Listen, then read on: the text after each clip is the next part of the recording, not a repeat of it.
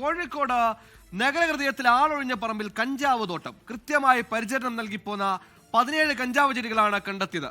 കഞ്ചാവ് കർഷകനെ കണ്ടെത്താനുള്ള ശ്രമം എക്സൈസ് ഊർജിതമാക്കിയിട്ടുണ്ട്.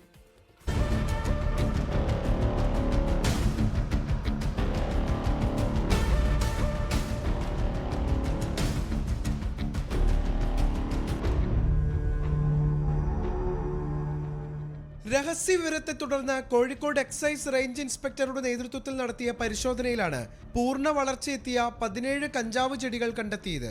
കോഴിക്കോട് കുതിരവട്ടത്ത് നിന്ന് അരയിടത്തു പാലത്തിലേക്കുള്ള റോഡിന്റെ അരികിലെ ആളൊഴിഞ്ഞ പറമ്പിലായിരുന്നു ഇത്രയേറെ കഞ്ചാവ് ചെടികൾ ആരുടെയും ശ്രദ്ധയിൽപ്പെടാതെ വളർത്തിയത്. ഏകദേശം ഒരാളെക്കാൾ ഉയരത്തിലുള്ള വിളവെടുപ്പിന് പാകമായ വിധത്തിലുള്ളതാണ് എക്സൈസ് പിടിച്ചെടുത്ത കഞ്ചാവ് ചെടികൾ. തുടർന്ന് കഞ്ചാവ് ചെടികൾ എക്സൈസ് സംഘം പിഴുതെടുത്ത് തുടർ നടപടികൾ ആരംഭിച്ചു. ക്രിസ്മസ് അവധി അടുത്തതോടെ കോഴിക്കോട് എക്സൈസിന്റെ നേതൃത്വത്തിൽ ലഹരിക്കെതിരെ നടത്തിവരുന്ന ഊർജിത അന്വേഷണത്തിനിടയിലാണ് കഞ്ചാവ് ചെടികൾ തന്നെ പിടികൂടാനായത്. കഞ്ചാവ് ചെടികൾ നട്ടുവളർത്തിയവരെ കുറിച്ചുള്ള അന്വേഷണം എക്സൈസിന്റെ നേതൃത്വത്തിൽ ഊർജിതമാക്കിയിട്ടുണ്ട്. എത്രയും പെട്ടെന്ന് കൃഷി നടത്തിയവരെ പിടികൂടാനാകുമെന്ന് എക്സൈസ് അറിയിച്ചു. 24 കോഴിക്കോട്.